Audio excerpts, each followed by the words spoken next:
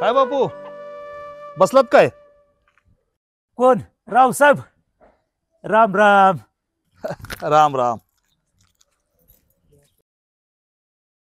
या रावसाहेब बसा. आज कशी काय चक्कर हल्ली? आलो होतो पोरीला न्यायला. समधी सणावरच संपली की कुठवर माहेराला ठेवायचं. हा सुमी आलती नाही का? लगेच नाही निघणार? नाही नाही 4-5 वाजता जाऊ की ऊन उतरल्यावर. बापूसाहेब टेन्शन मध्ये दिसताय तुम्ही. टेन्शन नाही तर काय.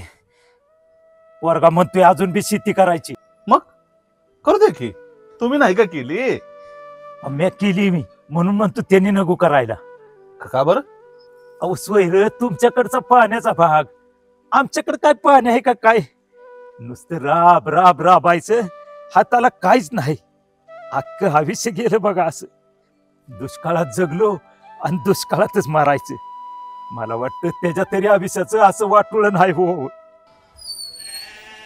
अरे किरण तू कुठे गेलता? मातीचं परीक्षण करून गेला. अरे ये बस. मग मामा कधी आलात तुम्ही? ते आत्ताच. हा काय म्हणतात बापूसाहेब? शेतीविषयीच बोलत असते ना, दुसरं काय? मग तू काय ठरवलंय? हो का, आधुनिक पद्धतीने शेती करायची ठरवली. अहो भाऊ, मी आतापर्यंत जे काही केलंय ते कधी फेल गेलंय का? त्यांचं पण बरोबरच आहे.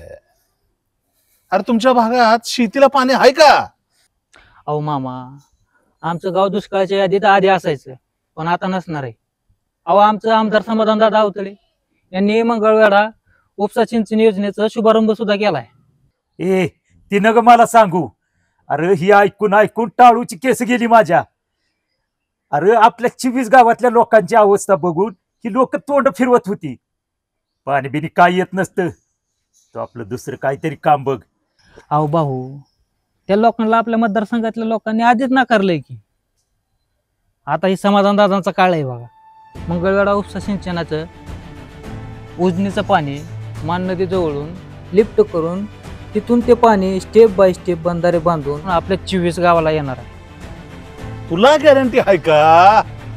अहो समाधानदादांची गॅरंटी आहे 100%. आणि दादांचा शब्द म्हणजे शब्द आहे. आता उपसा सिंचनाचा शब्द दिलता दादांनी आणि तो त्यांनी शब्दानिशी पाळला. अहो ह्या म्हैसाळच्या 6व्या टप्प्याचं पाणी पूजन सुद्धा झालंय आणि कित्येक गावात पाणी सुद्धा आलं. या बोशे प्रादेशिक योजना ही नवीन असून सुद्धा बंद पडली. ह्यांच्या निकृष्ट कार्यामुळे तिथं दादांनी स्वतः उभा राहून दुरुस्तीसाठी निधी आणून ते करून पण घेतलं. त्याच्यामुळं आपल्या 39 गावांमध्ये घरोघरी पिण्याचं पाणी सुरळीतपणे चालू होणार आहे आणि कित्येक गावातल्या नळाला पाणी सुद्धा आलं. या थोडी गावं राहिल्यात पण ती चालू मध्ये होते ते बी, तिथं बी पाणी येईल. राष्ट्रीय पेयजल योजना त्याच्या अंतर्गत गावोगावी घरोघरी पाणी पोचणार आहे पिण्याचं, त्याचं बी काम चालू आहे. आणि दादांनी विधानसभेत वेळोवेळी आवाज उठवून पाण्यासंदर्भात अनेक योजना आपल्या मतदारसंघात आणल्या नाही, आणल्या बी आणि यशस्वीरित्या राबवले सुद्धा.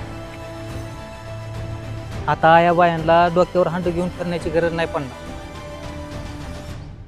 अहो भाऊ, मागच्या 40 वर्षात जे झालं नाही ना ते समाधानदादांनी फक्त 3 वर्षात करून जाऊ. उगाच त्यांना लोक पाण्याचा आमदार म्हणतात होय.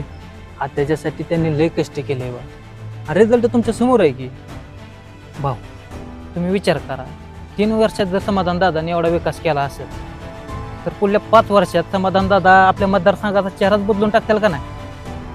त्यावेळेस पण सगळ्यांनी ठरवलं नुसत्या गप्पा मारणारा नाही तर प्रामाणिकपणे काम करणाराच आमदार आपल्याला पाहिजे. आणि ही विकासाची कामं अशी सुरळीत पुढे चालू ठेवायची असतील ना तर फक्त समाधानदादाच पाहिजेत. बापू, मी आपण या पाणीदार आमदाराचं लय ऐकलं. या तुम्ही दुष्काळात जगलात, ही पोरं मात्र दुष्काळात जगणार नाही.